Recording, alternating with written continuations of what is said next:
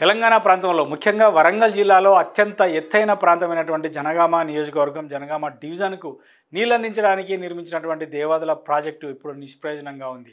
కేసీఆర్ పైన కోపంతో తెలంగాణలో అధికారంలోకి వచ్చినటువంటి కాంగ్రెస్ పార్టీ ప్రభుత్వం, రేవంత్ రెడ్డి నాయకత్వంలోని ప్రభుత్వం రైతులకు శాపంగా మారింది. రైతులకు నీళ్లు అందించాల్సినటువంటి ప్రభుత్వం కేవలం కాళేశ్వరం పేరుతో, కాళేశ్వరం కూలిపోయిందన్నటువంటి పేరుతో కాళేశ్వరం నుంచి గోదావరి జలాలను ఎత్తిపోయకపోగా వర్షాకాలంలో విస్తృతంగా పారుతున్నటువంటి గోదావరి నది నుంచి దేవాదులు అనేటువంటి ప్రాంతం నుంచి లిఫ్ట్ ఇరిగేషన్ ద్వారా దేవాదులు అనేటువంటి ఇంటేక్ వెల్, అంటే గోదావరి నది ఉధృతంగా ప్రవహిస్తున్నటువంటి సమయంలో దేవాదులు అనేటువంటి ఒక ప్రాంతంలో ఏర్పాటు చేసినటువంటి ఒక చిన్న రిజర్వాయర్ నుంచి అక్కడ ఏర్పాటు చేసినటువంటి పంపుల ద్వారా అక్కడి నుంచి నీటిని ఎత్తి పైపుల ద్వారా ముఖ్యంగా స్టేషన్ గన్పూర్, జనగామ, చేరియాల, పాలకుర్తి లాంటి ప్రాంతాలకు గోదావరి జలాలను అందించి అక్కడ నిర్మించినటువంటి సుమారు 20-25 చెరువులను, రిజర్వాయర్లను కనుక నింపినట్లయితే ఆ ప్రాంతంలో ఉన్నటువంటి వందలాది వేలాది ఎకరాలకు నీరు అందించడం కోసం ఏర్పాటు చేసినటువంటిది లేదా నిర్మాణం చేసినటువంటి ప్రాజెక్ట్ దేవాదుల ప్రాజెక్ట్. ఇప్పుడు ఆ దేవాదుల ప్రాజెక్టు ఇంత వర్షాకాలంలో కూడా నిరుపయోగంగా ఉంది. దాంతో జనగామ ప్రాంతంలోని జనగామ డివిజన్లో ఉన్నటువంటి 3 అసెంబ్లీ నియోజకవర్గాలకు చెందినటువంటి రైతులు పంటలు సాగు చేసుకోవడానికి నీళ్ళు అందక తీవ్ర ఇబ్బందులు పడుతున్నారు. మరి దేవాదుల ప్రాజెక్ట్, కాళేశ్వరం ప్రాజెక్ట్ అంటే కూలిపోయింది అనేటువంటి ఒక ఆరోపణతో దాన్ని నిరుపయోగంగా ఉంచారు. మరి దేవాదుల ప్రాజెక్ట్కి ఏమైంది? దేవాదుల ప్రాజెక్ట్ నుంచి నీళ్ళు ఇవ్వచ్చు.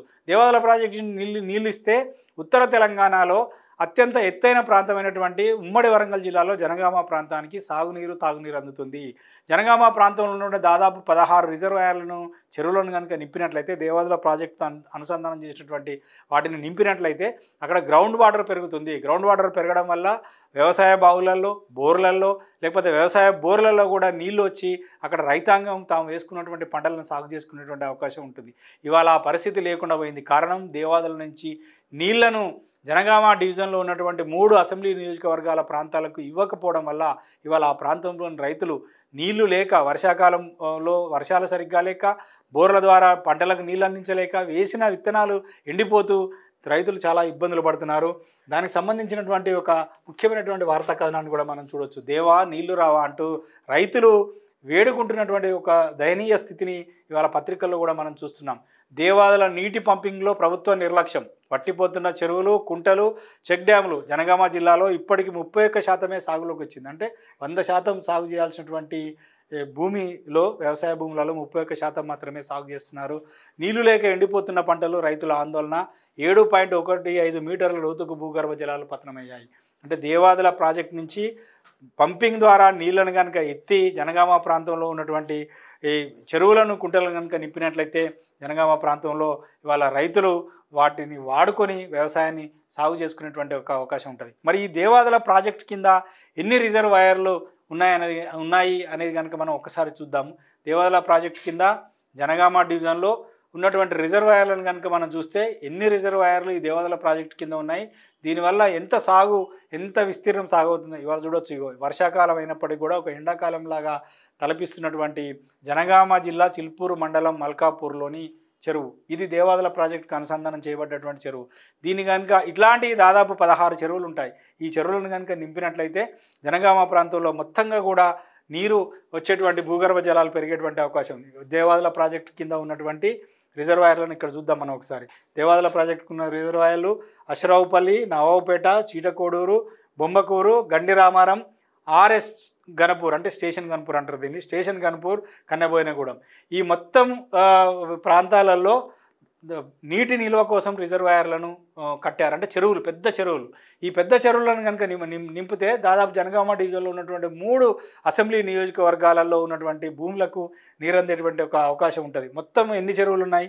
953 చెరువులు ఉన్నాయి అనేది మనకు ఈ ప్రాంతంలో ఉన్నటువంటి దాన్ని బట్టి, లెక్కలను బట్టి చెప్పొచ్చు. ఇవాళ చూడండి, వర్షాలు లేక, నీళ్లు రాక, వేసిన పంటలు, విత్తనాలు మొలకెత్తగా లేదా మొలకెత్తిన విత్తనాలకు నీళ్ళు అందక రైతులు ఎంత ఇబ్బంది పడుతున్నారో చూపించేటువంటి ఒక మన ఫోటోలను కూడా మనం ఇవాళ ప్రచురితమైనటువంటి పత్రికల్లో మనం చూడవచ్చు.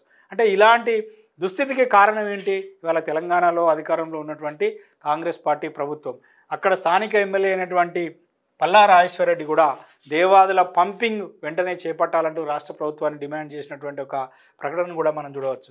జనగామ జిల్లా రఘునాథపల్లి మండలంలోని కోమలలో ఎండిపోతున్న పత్తి మొక్కలకు నీళ్లు పడుతున్నటువంటి రైతు అనేది చూడవచ్చు. అట్లాగే జనగామ జిల్లా స్టేషన్ కన్పూర్ మండలం విశ్వనాథపురంలో నీళ్లు లేక ఎండిన పత్తి చేనులో దిగాలుగా కూర్చున్న పోలే బాబు రైతు అనేటువంటి ఒక వార్తను కూడా మనం చూడవచ్చు. నేను ఇప్పటిదాకా చెప్పినట్టు మొత్తం జనగామ డివిజన్లో ఈ అశరావుపల్లి, నవాబపేట, చీటకోడూరు, బొమ్మకూరు, గండిరామారం, స్టేషన్ కన్పూర్, కన్నబైనగూడెం రిజర్వాయర్ల పరిధిలో ఉన్నటువంటి కనుక భూమిని కనుక మనం చూసినట్లయితే మొత్తం 3,63,104 ఎకరాలలో సాగునీరు అందాల్సి ఉంది. మరి 3,63,000 ఎకరాలంటే మామూలు విషయం కాదు ఒక డివిజన్లో.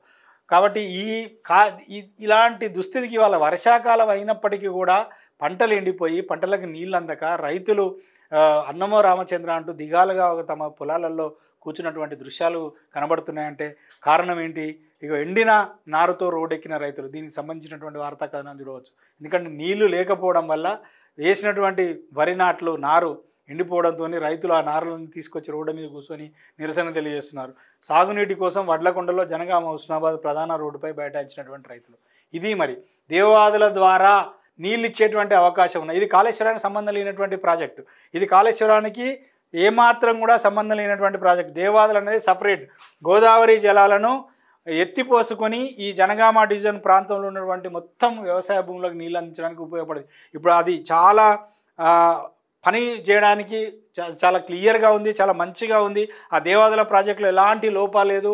మోటార్ ఆన్ చేస్తే పైప్ లైన్ల ద్వారా ఈ ప్రాంతానికి నీళ్ళు వచ్చేటువంటి అవకాశం ఉంది. కానీ రాష్ట్ర ప్రభుత్వం నిద్రపోతూ మొద్దు నిద్రను నటిస్తూ ఇవాళ రైతులకు నీళ్ళు అందించాల్సినటువంటి ప్రాజెక్టును పడావు పెట్టి, అంటే దాన్ని పెండింగ్లో పెట్టి దాన్ని పని చేయకుండా చేసి ఇలా రైతుల గోసను ఇలా రాష్ట్ర ప్రభుత్వం కళ్ళల్లో చూస్తుంది.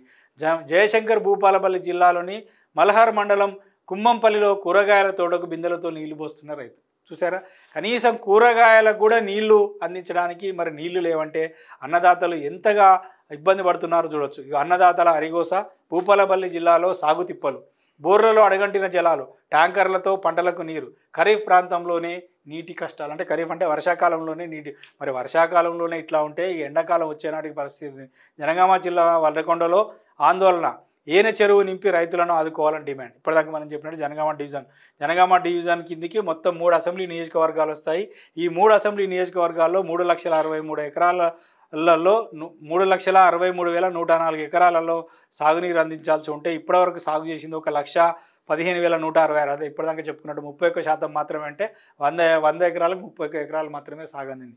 మరి ఇది ఇవాళ జనగామ డివిజన్లోని రైతుల ఒక దుస్థితి. దేవాదుల ప్రాజెక్ట్ నుంచి కనుక ఇమ్మీడియట్గా నీళ్లను గోదావరి జలాలను ఎత్తిపోసి ఇక్కడ ఉన్నటువంటి కనుక రిజర్వాయర్లను కనుక నింపకపోతే ఈ ప్రాంతంలో ఉన్నటువంటి రైతులు కూడా మొత్తం ఈసారి వర్షాకాలంలో వర్షాలు పడలేదు, మరి ఎండాకాలం పరిస్థితి ఎట్లా ఉంటుందో తెలియదు, సాగునీరు ఇప్పటికే లేదు, తాగునీరు పరిస్థితి ఇంకా ఎట్లా ఉంటుందో తెలియదు.